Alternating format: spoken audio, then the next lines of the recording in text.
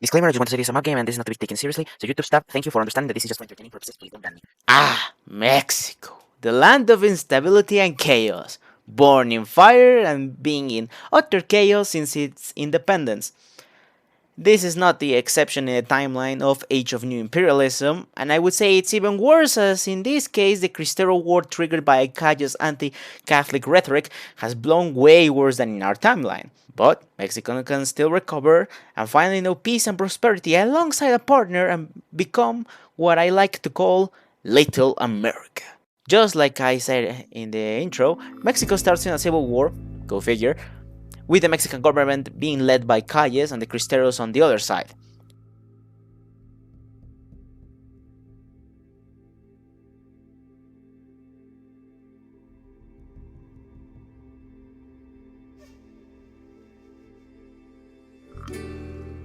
For this occasion, we shall side with Calles' government as it allows us to create a pan-Latin American union compared to the Cristeros' ambitions of going north. Calles starts with a pretty unique situation. While his Dark Crusade has started the war against the Cristeros, he has received a lot of investor support, specifically from the US and the UK, that while they don't like Calles himself, they see the Cristeros as the worst evil. As such, they have no option but to support us unless they want to lose their influence in the country.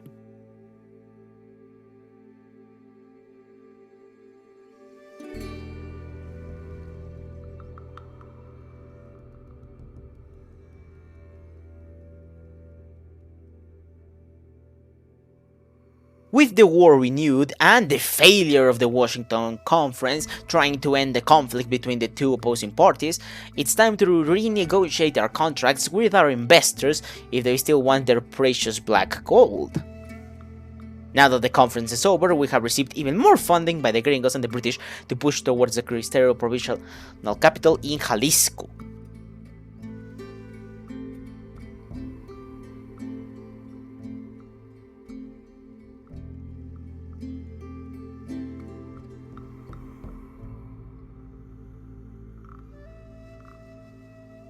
With the Cristeros stretching themselves too thin, we were able to move around their troops, encircling most of their army, and with their capital now in our hands, this war shall soon be over.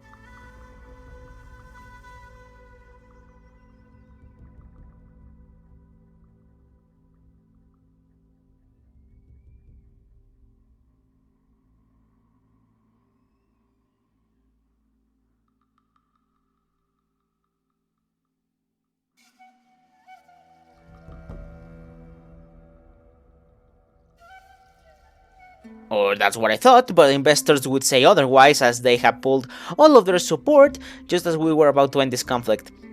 I guess we were not fast enough for their standards. No matter, because just as a few weeks later, the war ended. The Cristeros have been routed, our cities have been pacified, and peace can finally come back to Mexico at last.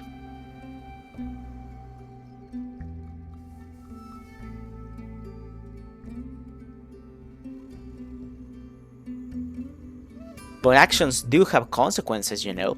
And Kai's totalitarian rule is now at an end, as it seems inside his own clique, being disgruntled by his mismanagement of the whole Cristero affair, have executed a silent coup by none other but his own protege, Lázaro Cárdenas.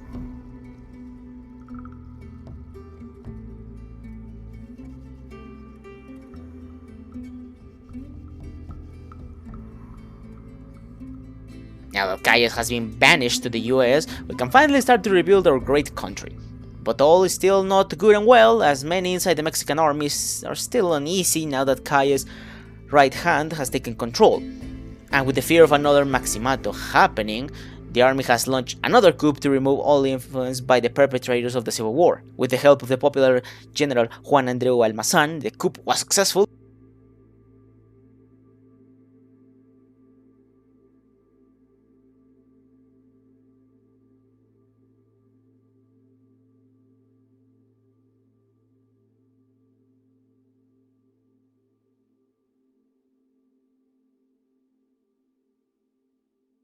And the socialists are now gone.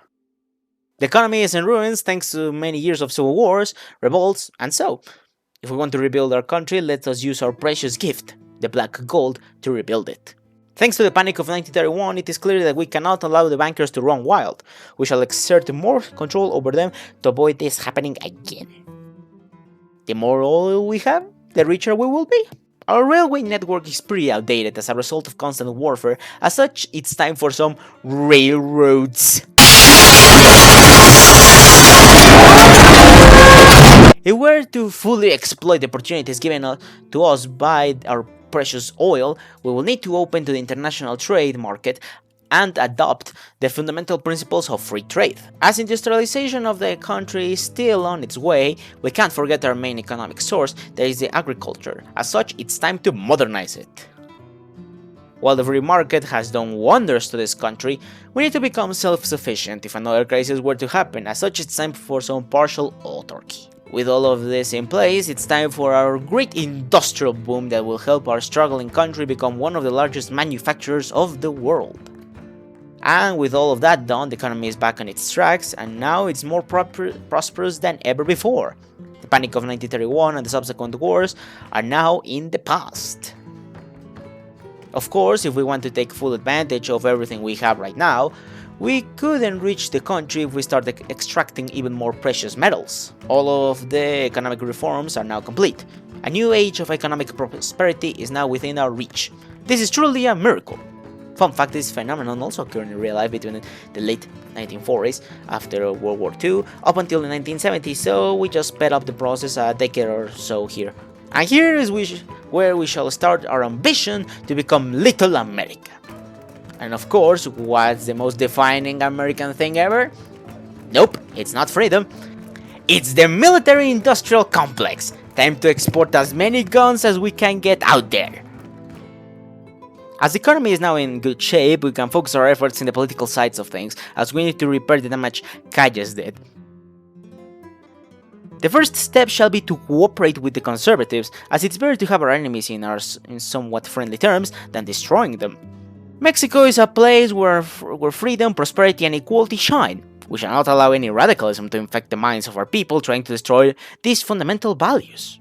If the constant civil wars have taught us anything, it's that we need better administration based on honesty and commitment. Our government is focused on eliminating the poverty that has ravaged our country thanks to the decades of instability so that Mexicans can live their happy lives.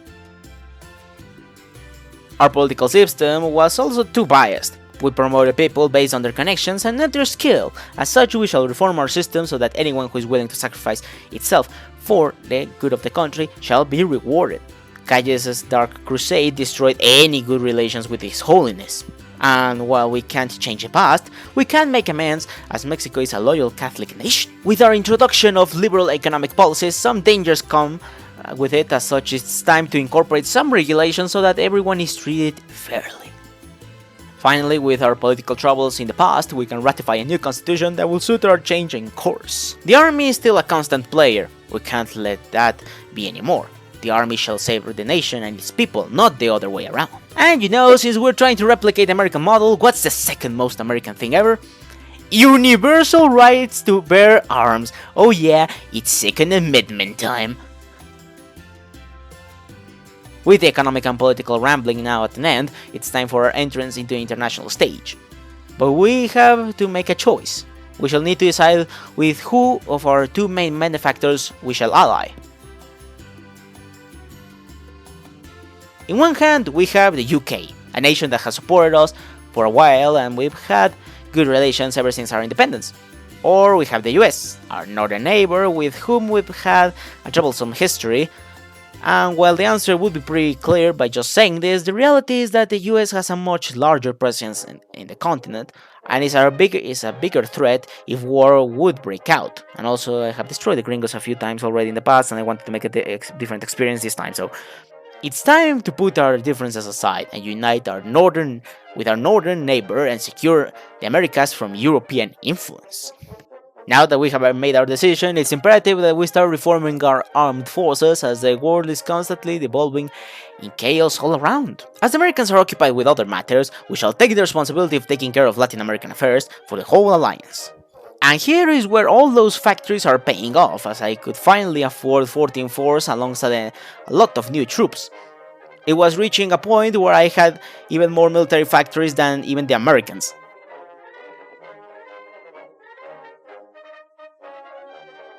Oh, and just in time as the UK had finally decided to start the powder keg as they officially declared the war on the US. With the outbreak of the war, it's only natural that we shall join the war effort and remove the British puppet of Central America to secure the Northern Hemisphere from the UK.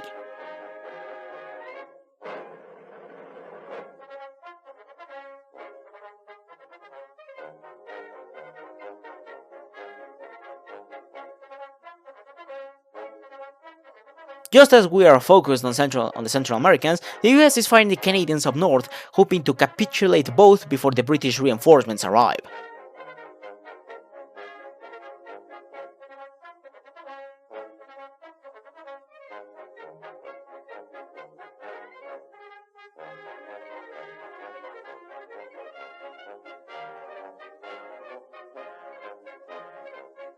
With both the capitulation of the Canadians and the Central Americans, the US has awakened from its slumber and has gone full imperialism mode. If they want to play that, we can do that ourselves.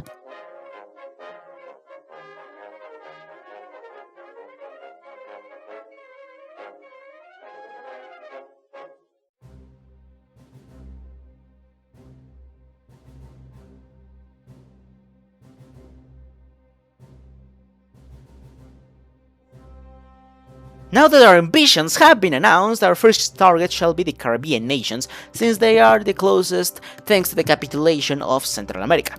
This focus opens a few decisions where we can send ultimatums to other Latin American nations, but this also applies to US puppets, so in practice we can just steal the US puppets without fearing the wrath of the Americans.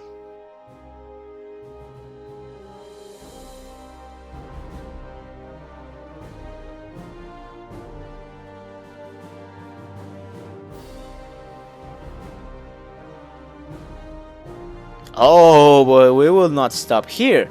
Our ambitions lie beyond, as we shall build a great pan-Latin American union, finally completing the great dream of Bolivar's.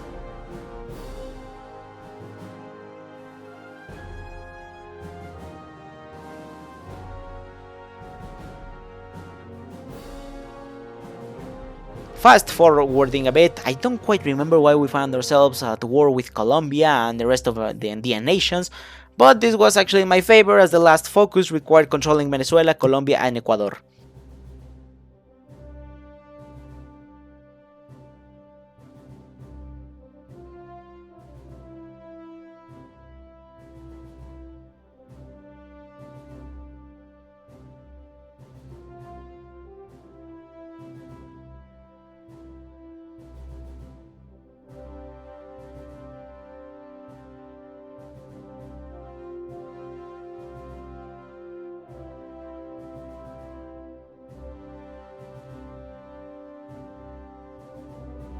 Sadly, parts of Colombia and Venezuela were occupied by the Americans. As such, even after stealing Panama from the US, I needed more war score so the US would hand me occupation. As such, it was time to sail on over to Europe to get more war score by defeating the Portuguese, all because the US did not want to hand over the occupation of my rightful sphere of influence.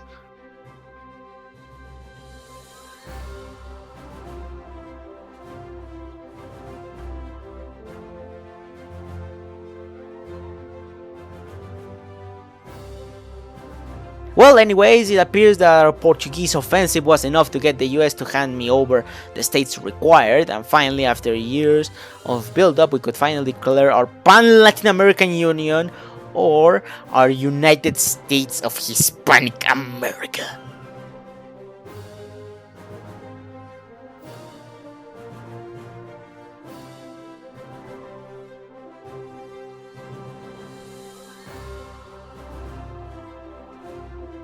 Mexico and the US now stand as two behemoths of the New World, which will protect our continental brethren from European meddling.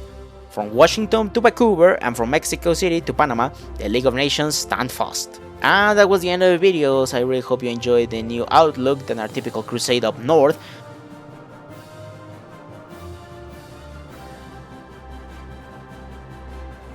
But not to worry, as the final Mexico Madness mod, we will not only beat up the Yankees, but also those Dixies from the south to show a new world power in due time. But that's for next week.